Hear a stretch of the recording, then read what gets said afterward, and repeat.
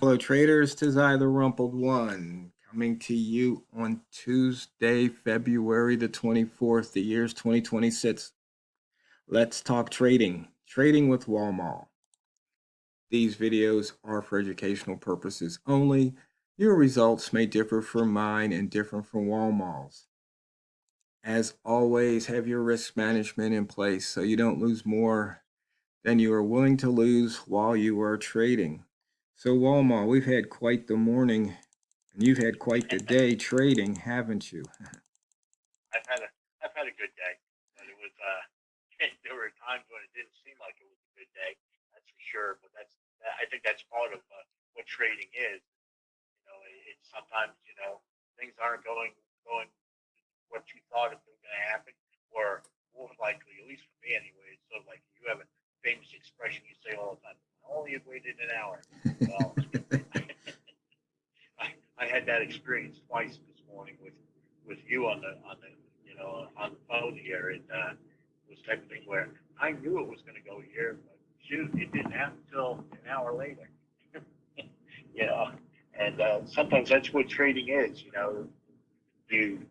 it goes the direction you think it's going to go, but the problem is it doesn't develop, or answers you're fortunate fortunate enough to go and see where the price is going to move to, but unfortunately for you, it doesn't happen for a little bit further down the line, and that's sort of like what I've been touting this now for over a year now, since that it should have been touting it for forever and ever, and that is that make sure that you're always in position where you haven't used all your gunpowder, so that you're able to go and put on additional trades to go and help you out a little bit and get better prices and allow you to go and take the move when the move finally happens.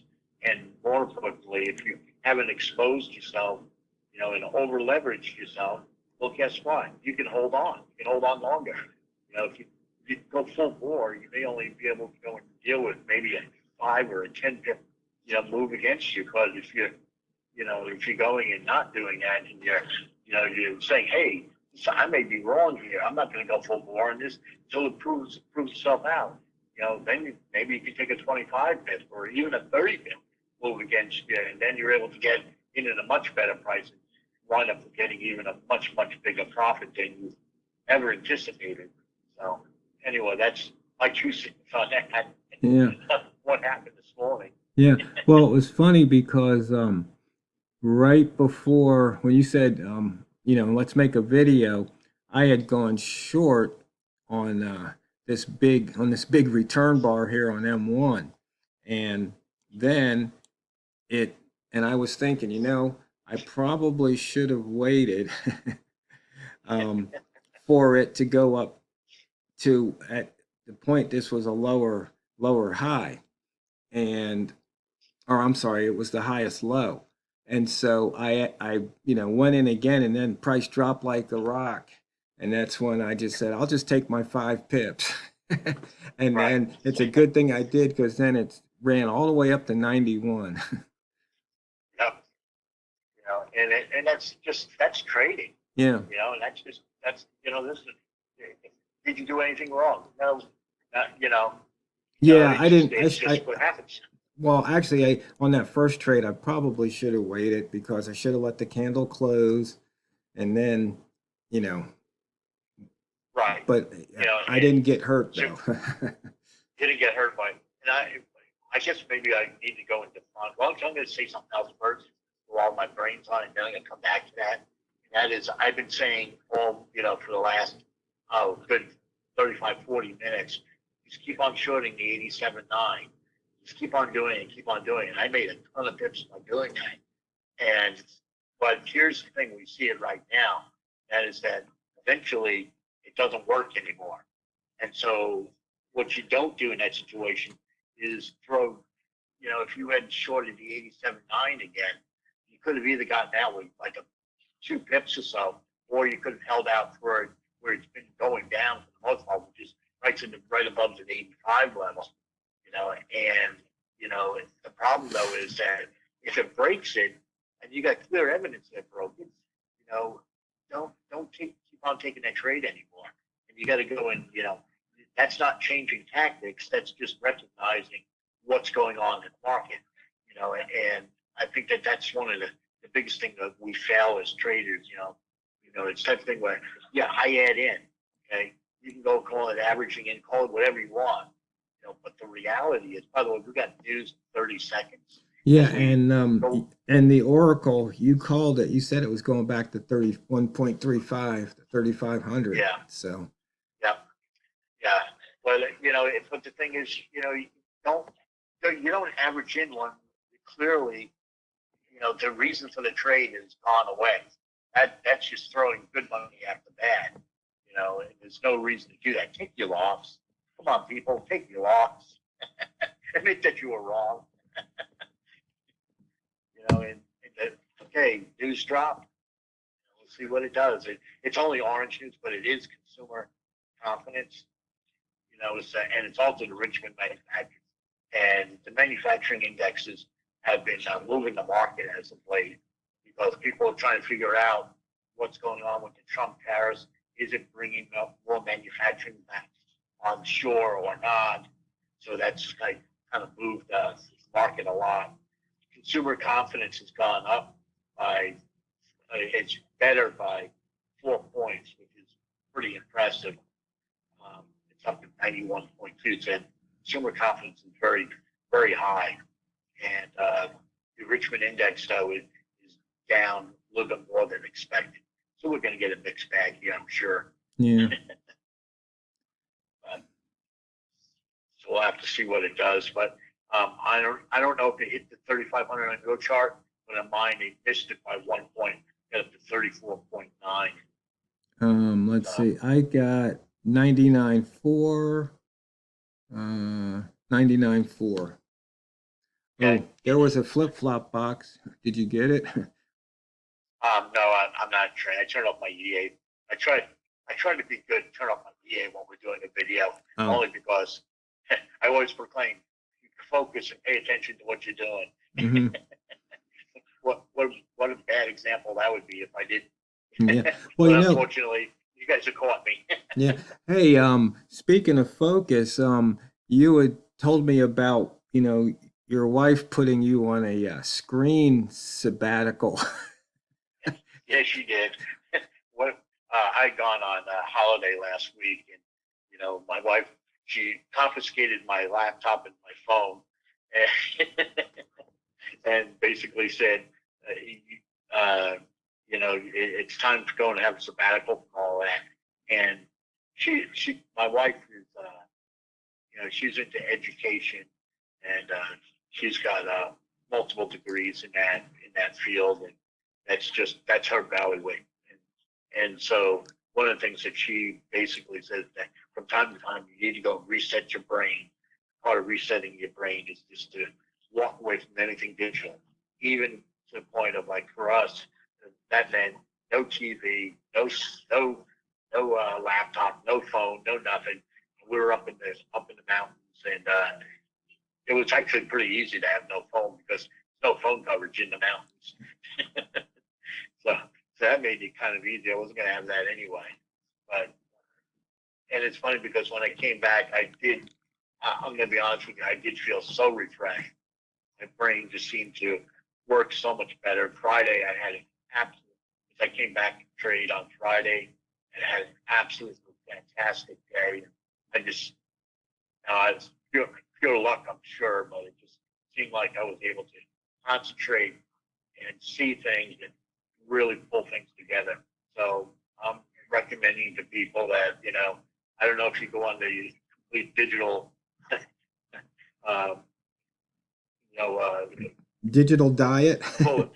diet, I guess, whatever you want to call it, but I would recommend that, hey, I don't care where you are in trading, make sure you schedule in time off. Maybe this means that, weekends you don't go and even think about trading. I try to do that anyway, but I try to do nothing in terms of trading, from Friday afternoon until Monday morning. I may look at things Sunday night, so when I walk in on Monday, I know what's kind of going on. But I try to go and walk away from things and just that way your brain has time to go and reset a little bit.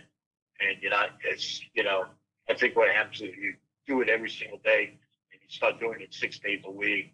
Next thing you know, you're starting to get a little frazzled. Yeah, and also, I think you sent me an article about that, and then I, went down that rabbit hole and found a couple of more about, taking that digital, just turning everything off. Yeah.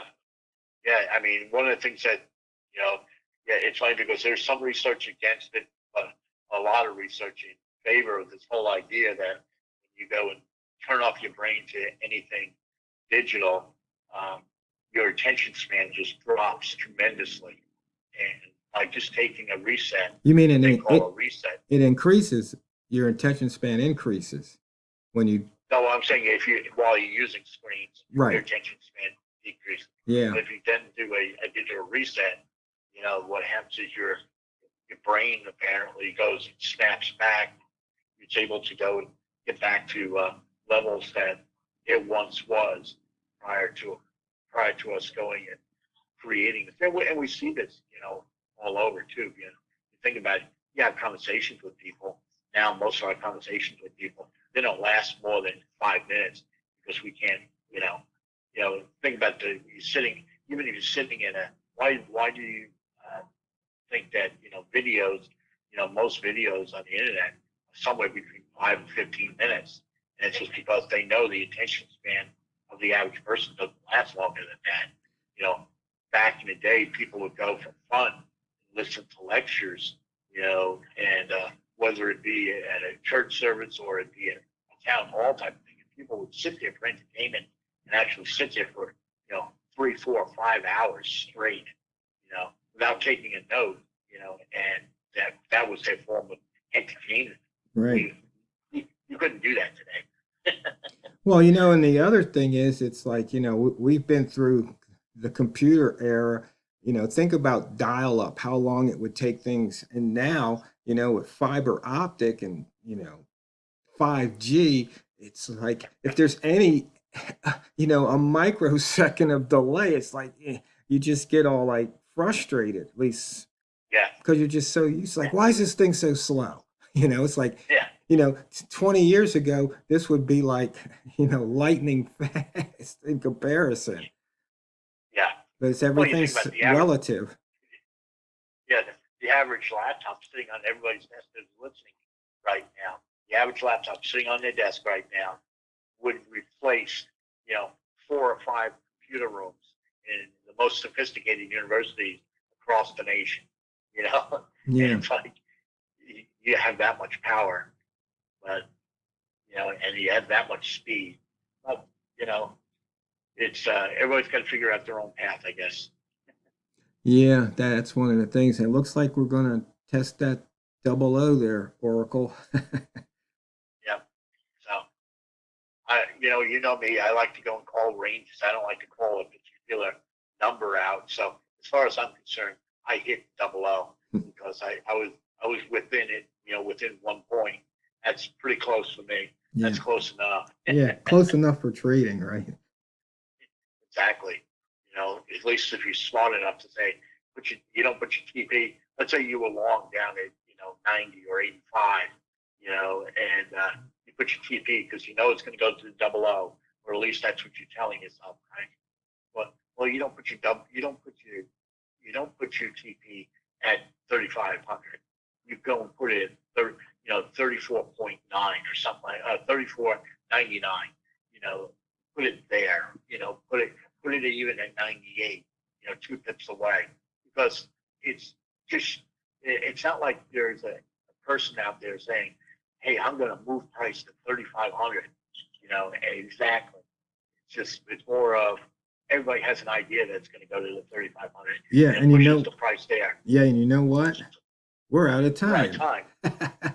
So, fellow traders, just some thoughts between Walmal and myself about trading and focus and things of that nature. And that just goes to show it's not what you trade, it's how you trade it. So go out there and drain the banks. This is the Rumpled One, over and out.